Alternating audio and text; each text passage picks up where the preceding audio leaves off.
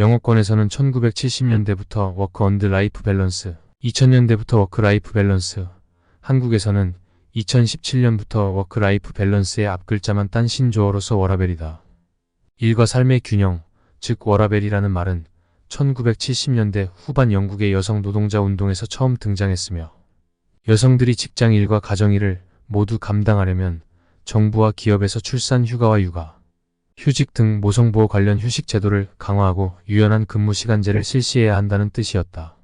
미국에서는 1986년부터 이 용어를 사용했으며 점차 성별과 결혼 여부와 상관없이 모든 노동자의 근무 시간을 직장, 생활과 가정생활의 양립을 위해서 최적화해야 한다는 뜻으로 발전하였다. 세계 각국에서는 2000년대에 들어 일과 삶의 균형이 사회적으로 주목받으면서 정책화되기 시작하였다. 일과 삶의 균형은 초기에는 일과 가정 사이의 갈등 문제를 해결하기 위해 등장하였으나 차츰 삶의 질을 향상시키기 위한 개념으로 발전하고 있다. 대한민국은 2017년 고용노동부에서 일과 가정 양립과 업무 생산성 향상을 위한 근무 혁신, 10대 제한으로 정시퇴근, 퇴근 후 업무 연락 자제, 업무 집중도 향상, 생산성 위주의 회의, 명확한 업무 지시, 유연한 근무, 효율적 보고, 건전한 회식 문화, 연가 사용 활성화, 관리자부터 실천 등을 발표했다. 일반적인 의미에서의 일과 삶의 균형 내지 조화는 근로자들의 일과 삶을 조화시키고 균형 있게 만들므로써 근로자에게는 삶의 만족을 제공하며 이를 통해 조직에게는 생산성을 높일 수 있는 전략으로 정의할 수 있다.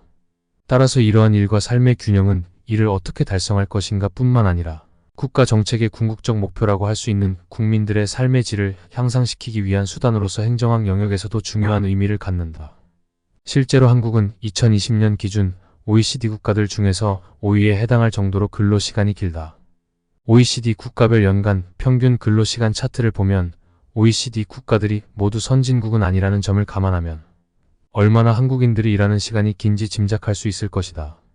사람이란 본래 여타 동물들에 비하면 한 번에 엄청난 힘을 단시간에 코앞에서 발휘하는 것보다는 여러 번에 걸쳐 엄청난 힘을 장시간에 나눠서 발휘하는 것을 선호한다.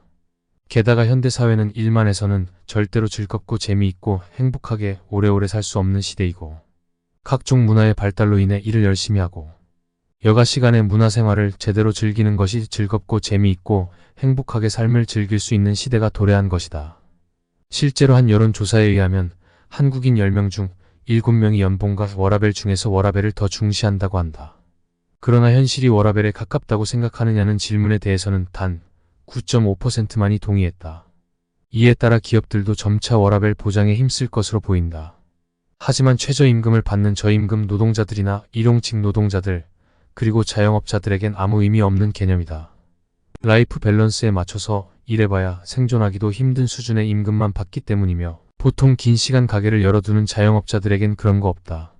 그런 사람들의 경우 더 일하더라도 더 받길 원하는 게 대부분이다. 또 대부분의 기업들도 이런 걸 안 지켜주는 경우가 많다.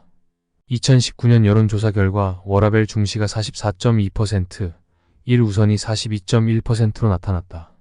워라밸 중시 개념이 1우선을 처음으로 추월했다고 한다. 출처는 나무위키입니다.